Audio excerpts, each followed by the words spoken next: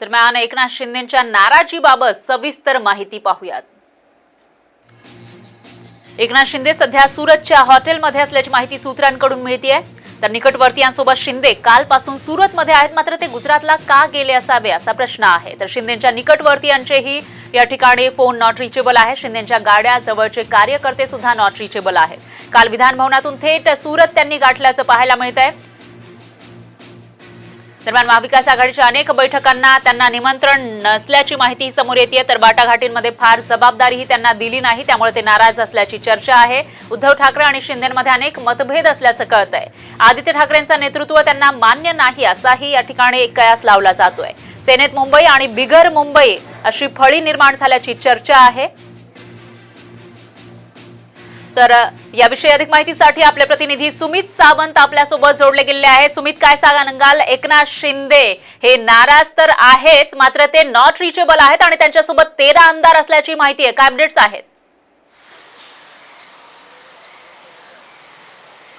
खर तर शिवसेनेला अंतर्गत बंडाळीचं ग्रहण लागलं हे म्हणायला आता हरकत नाहीये। या आतापर्यंत शिवसेनेकडून दाखवलं जात होतं की पक्षांतर्गत सगळं आलबेल आहे, पण तेच आलबेल नसल्याचं कालच्या परिषदेच्या निवडणुकीत स्पष्ट झालेलं आहे। खुद्द पक्षातलेच आमदार फुटले। 3 आमदारांनी शिवसेना पक्षालाच मतं दिली नाहीत। ठरलेल्या कोट्यापेक्षा कमी मतं शिवसेनेला पडली। अपक्षांचं तर सोडा, इथे स्वतःच्याच पक्षातले जे आमदार फुटले किंवा त्यांनी मतं दिली नाहीत, हे सगळे आमदारच नाही तर त्याच्या व्यतिरिक्त आता आणखी काही आमदार, तब्बल 13 आमदार नॉट रिचेबल असल्याचं आता माहिती समोर आलेली आहे। काल संध्याकाळी ज्यावेळेला पक्षातले 3 आमदार फुटले ही माहिती पक्षप्रमुखांना मिळाली, त्यानंतर या सगळ्या शिवसेनेच्या वरिष्ठ पातळीवरून एक घडामोडी घडायला लागल्या।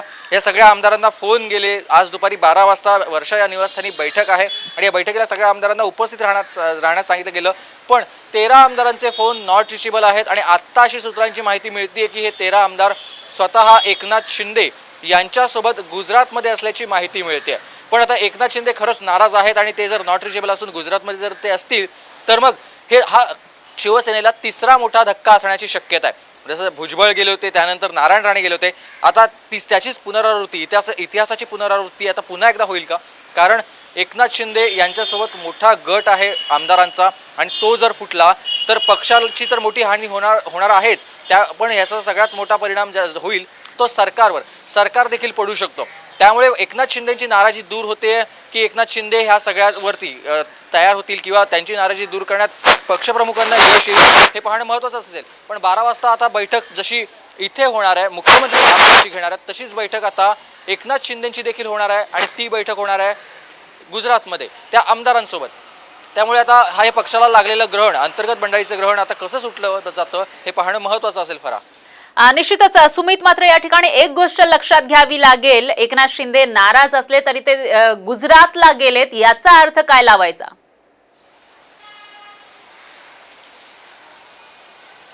खरं तर गुजरातला गेलेत, गुजरातमध्ये भाजपचं सरकार आहे आणि सातत्यानं खाजगीमध्ये बोलताना बऱ्याचदा ही चर्चा ही रंगत होती, पण त्याला विरोध केला जात होता किंवा तसं काही नाहीये। म्हणजेच एकनाथ शिंदे हे भाजपमध्ये प्रवेश करणार का किंवा भाजपशी त्यांचे संपर्क आहेत, जवळकीचे संबंध आहेत का, अशी चर्चा सुरू व्हायची। कारण आतापर्यंत आपण बघितलं होतं एकनाथ शिंदेकडून कोणतीही भूमिका घेतल्यानंतर किंवा एकनाथ शिंदे बोलताना हे बऱ्याचदा भाजप विरोधी थेट आपली भूमिका न घेता त्यांची भूमिका एकदम साधारणतः असायची किंवा एकदम सॉफ्ट भूमिका असायची।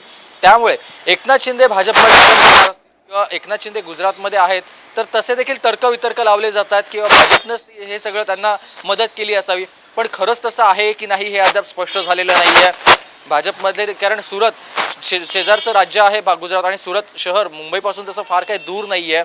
सुरतमध्ये एकनाथ शिंदे असल्याची माहिती आहे, त्यामुळे ती जागा कदाचित सुरक्षित असावी किंवा सगळ्या आमदारांना तिथे चिंतन करण्यासाठी वेळ मिळावा, तिथे कोणाचं इतर म्हणजे जसं राज्याचं सरकारी। सुमित, तुला थोडंसं थांबवते या ठिकाणी। भाजपचे सुधीर मुनगंटीवार आपल्यासोबत जोडले गेले आहेत फोन लाईन वरून। मुनगंटीवार जी, आपण बघतोय भाजपकडून सांगितलं जात होतं आता हे सरकार पडणार, तेव्हा हे सरकार पडणार आणि तसेच काहीशे संकेत सध्या तरी मिळत आहेत, त्यानुसार एकनाथ शिंदे नाराज असल्याचं कळतंय आणि ते 13 आमदारांसह नॉट रिचेबल आहेत। काय तुमची काय प्रतिक्रिया यावर? नाही, भारतीय जनता पार्टी कोणत्याही प्रकारे कोणतंही सरकार पाडण्यासाठी कदापिही प्रयत्न करणार नाही, ही भूमिका भारतीय जनता पार्टीच्या माध्यमातून अनेकदा देवेंद्रजींनी व्यक्त केली आहे। आम्हाला कोणतेही सरकार पाडण्यामध्ये रस नाही। 2019 24 ऑक्टोबरच्या पण आता मोठी मुनगंटीवारजी, जनतेने रवी राणा बोललेत की 2 महिन्यात फडणवीस मुख्यमंत्री बनतील. त्याच्या व्यतिरिक्त इतर जे नेते आहेत त्यांच्याकडून सुद्धा अशी सूचक विधानं केली जात आहेत की 2-3 दिवसामध्ये मोठ्या घडामोडी घडतील. याचा अर्थ काय लावायचा? जेव्हा पाऊस येतो तेव्हा रेनकोट किंवा छत्री न घेता पावसात गेलो तर भिजतं. यासाठी काही भविष्यवाणी करण्याची आवश्यकता नाही. तसंच यांच्या अंतर्गहानी, यांच्या आत असणाऱ्या धुसफुसीनी हे सरकार पडू शकतं, हे एक आकलन आहे. पण याचा अर्थ ही भविष्यवाणी नसते. हे आकलन यासाठी की व्यक्तिगत जेव्हा भेटी होतात आमदारांच्या किंवा नेत्यांच्या, तेव्हा जी भावना ते व्यक्त करतात की हे सरकार अतिशय वाईट पद्धतीने चालते आहे, या सरकारमध्ये एकमेकाच्या संदर्भामध्ये कुठेही स्नेह नाही, फक्त आणि फक्त खुर्चीचं प्रेम आहे, आपसात प्रेम शून्य, खुर्चीवर प्रेम मात्र 100%, असं सरकार दीर्घकाळ टिकत नाही. आणि हे आकलन आहे. मात्र मुनगंटीवारजी, समजा तसं झालंच, एकनाथ शिंदे हे वेगळे पडले तर भाजपची काय भूमिका असेल? भाजपची भूमिका हे सरकार पडावं ही असू शकेल, पण पाडावं ही भाजपची भूमिका कधीच नसेल. पण एकनाथ शिंदे समजा वेगळे पडले आपल्या समर्थकांसह, तेव्हा भाजपची काय भूमिका असेल? या क्षणी तो विषयच नाही. जर तर, किंतु, परंतु, बट हे शब्द आता मला वाटते वापरायची आवश्यकता नाहीये. जेव्हा जो प्रसंग येईल तेव्हा ते निर्णय घ्यावे लागतील. आज या क्षणाला आता भूमिका आम्ही कोणतीही ठरवली नाही. भविष्यामध्ये या पद्धतीने जर काही आमदारांनी भारतीय जनता पार्टीला मदत करण्याची भूमिका घेतली तर तेव्हा भारतीय जनता पार्टीचं राज्यस्तरीय आणि केंद्रस्तरीय नेतृत्व त्या क्षणी त्याचा विचार करेल. मुनगंटीवारजी, मात्र आणखी एक गोष्ट लक्षात घ्यावी लागेल. एकनाथ शिंदे नाराज असल्याचं कळत आहे. बऱ्याचशा दिवसांपासून तशी चर्चा आहे आणि नाराज असल्यानंतर ते गुजरातमध्ये गेलेले आहेत. म्हणजे याचा अर्थ ते भाजपच्या जवळ जाण्याचा प्रयत्न करतायत असाही लावला जातोय. यावर तुमची काय प्रतिक्रिया? नाही, एकनाथ शिंदे असतील किंवा शिवसेनेचे आमदार हे भाजपच्या नेहमीच जवळ राहिले. कारण 30 वर्ष आम्ही सोबत निवडणुका लढवल्यात, एकमेकांना मदत केली, कुठं कुरबुर झाली असेल तरी सांभाळून घेऊन आम्ही 30 वर्ष भारतीय जनता पार्टी शिवसेनेची युती राहिली.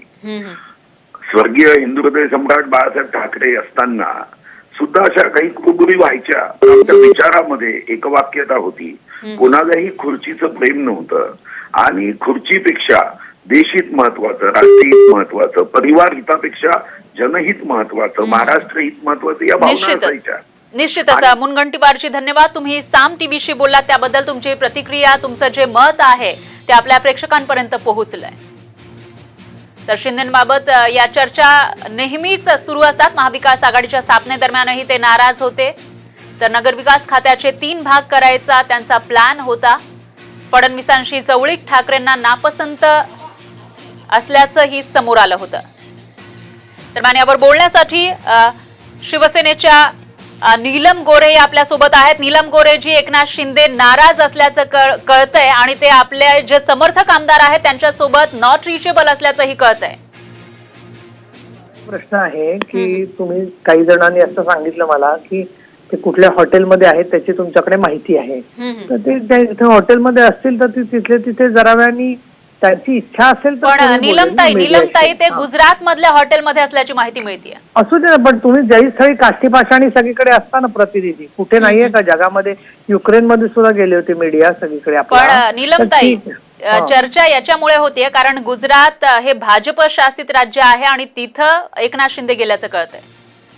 गुजरात शासित राज्य आहे. काय कुठल्याही निष्कर्षला जाण्याच्या अगोदर त्यांचं स्वतःचं काय म्हणणं आहे हे कळलं तुम्हाला तर सगळ्यांना सोपं होईल. पण मला स्वतःला विश्वास आहे, एकनाथ शिंदे काली दुपारी आमच्या बरोबर शिवसेना पक्ष कार्यालयामध्ये आमदारांशी आम्ही बातचीत केली. माननीय उद्धवजी ठाकरे भरती पक्ष कार्यालयात आले होते, तेही आमदारांना भेटले आणि आमचा एक शिरस्ताच आहे की असं मतदान झालं की आधी आणि नंतर माननीय उद्धव साहेबांना भेटायचं सर्वजणांनी. त्याच्यात स्वतः एकनाथ शिंदे सुद्धा होते. मी त्यांना खूप वर्ष ओळखते आणि पक्षाच्या अनेक प्रसंगांच्या मध्ये सुखदुःखाच्या क्षणी ते कायमचे आमचे सहकारी आणि भागीदार आहेत.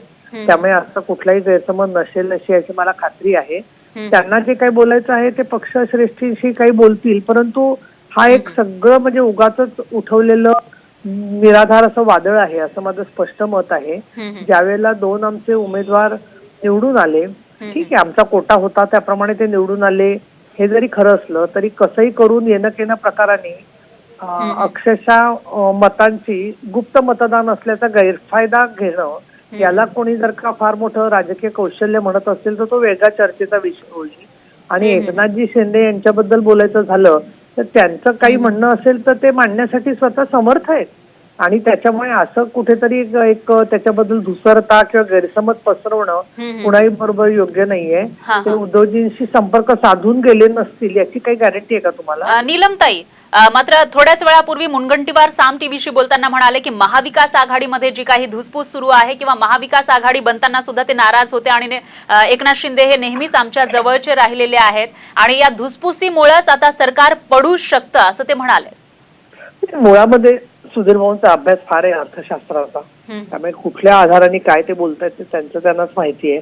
पण मुळामध्ये असं आहे की सातत्याने एक 4-5 सूत्र आहेत आमच्या विरोधकांची किंवा ज्यांच्याशी आमचे मतभेद असतात असे, की पहिलं म्हणजे कधीही दुसऱ्या पक्षाची मतं फुटलेली नसतात.